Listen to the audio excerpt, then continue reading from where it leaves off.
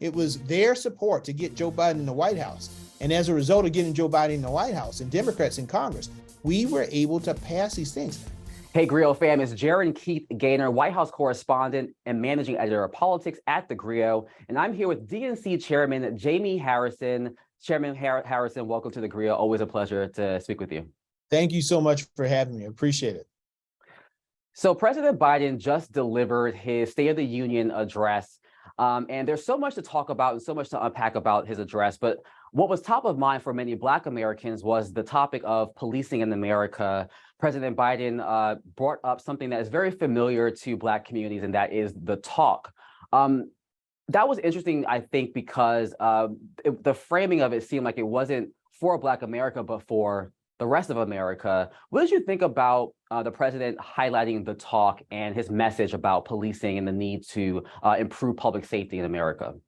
Well, I appreciated it. You know, I was actually in the chamber last night. I was the guest of Leader Hakeem Jeffries, just a few seats away from the First Lady's box. And I can tell you, when the president mentioned the talk, and I got chills down my spine, because we all know, you know, in the Black community, we all know what that is.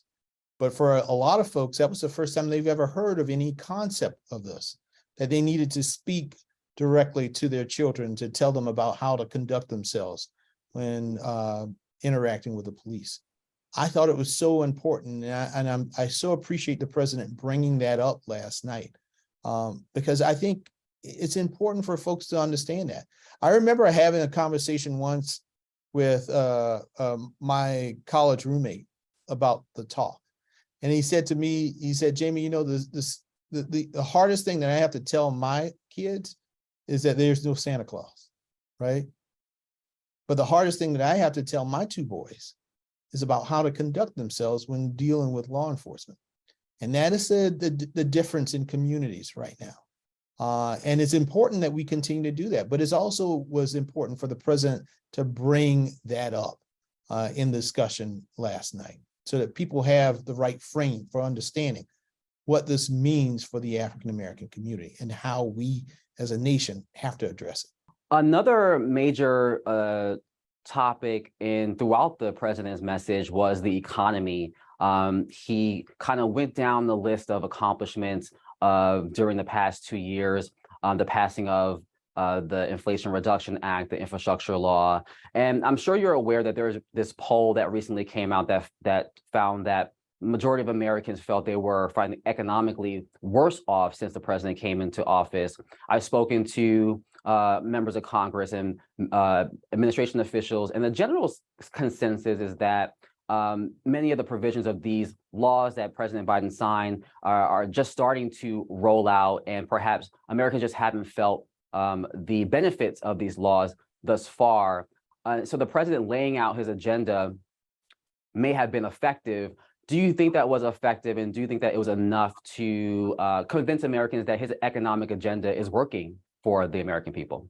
No, I think it was really important for the president to lay that out. And we need to make sure that when individuals and folks out there are starting to see some of the benefits of the legislation that was signed into law by this president, that was passed by Democrats, that they understand the root for why that is happening and who made that who made that happen for them on their behalf.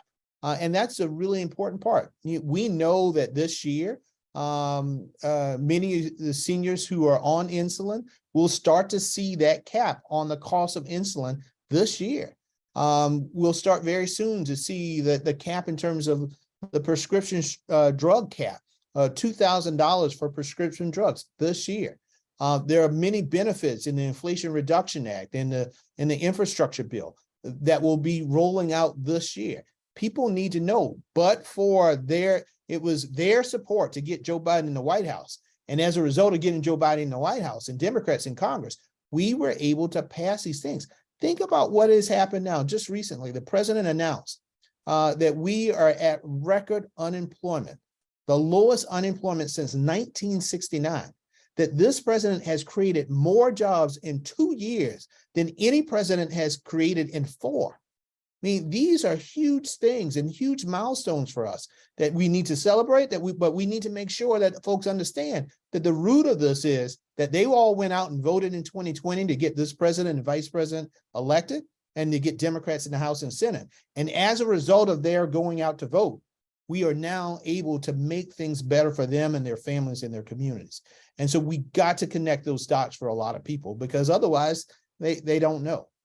You mentioned that you were in the room during the State of the Union address. And so I know I don't have to tell you that what was also interesting about the address, or throughout the address, was Republican members of Congress jeering at the president throughout his speech. And at times, President Biden engaged with Republicans as they did that. All of you at home should know what those plans are. Instead of making the wealthy pay their fair share, some Republicans want Medicare and Social Security to sunset. I'm not saying it's a majority. Let me give you, anybody who doubts it, contact my office. I'll give you a copy of the proposal. What did you make of all of that, especially being in the room? Well, the Republican behavior was embarrassing. I have a 3-year-old, and I can tell you, I visited his classroom many times. The 3-year-olds are on better behavior than some of the members of Congress. It was just embarrassing, disparaging to the honor and the dignity of the House of Representatives. That is not why people go to the polls and send them there to Washington, D.C. to represent them. But at the same time, you could see very much that while they were playing tic-tac-toe, the president of the United States was playing chess. I mean, he set a mousetrap for these folks. He knew, because we have the receipts, he knows that Republicans have been talking about decimating Social Security and Medicare for years now. I mean, Mike Lee, who clutched his pearls on the floor, oh my God, the president is saying something that's not right. This is the same senator who a few years ago said that we should rip out Social Security and Medicare by their roots. Rick Scott, the senator from Florida, put out an 11-point plan which said we need to sunset Social Security and Medicare, and every 5 years bring them up for a vote in Congress. Lindsey Graham has talked about entitlement reform and how we cannot allow Social Security and Medicare to exist in its current form. So they've been talking about it, but last night we saw the biggest demonstration of hypocrisy. But the president just set a mousetrap for them. He put out a little cheese there, and then he said, "I gotcha." And they all declared on the floor that they were not touching Social Security, that they were not touching Medicare. You know what? That's a big win, not for Joe Biden, for the American people and our seniors. I want to switch gears to talk about 2024. As you know, the big question is, will President Biden run for re-election? First, have you consulted with the president or talked to him about his re-election or potential re-election? And generally, how confident are you that Democrats' chances in retaining the White House in 2024? Well, listen, the president has indicated his intention, not only to me, but I think to the American people, that his intent is to run for the presidency. And we'll see when that announcement comes. But I want you to know that the DNC will be fully equipped, and we will be ready for the date of that announcement. And when he does announce, listen, we're going to win. We are going to win. And you know why I know that? Is because we have a plan which we have been executing in a flawless manner to continue to deliver for the American people. Republicans don't even have a plan. They don't have a candidate. They don't have a nominee. It's really a circus over on the Republican side right now. But we have a concrete plan on how we will continue to deliver for the American people. So I'm very bullish, but we just got to put in the work, and that's what we're going to do, and that's what we have been doing. You mentioned the Republican field.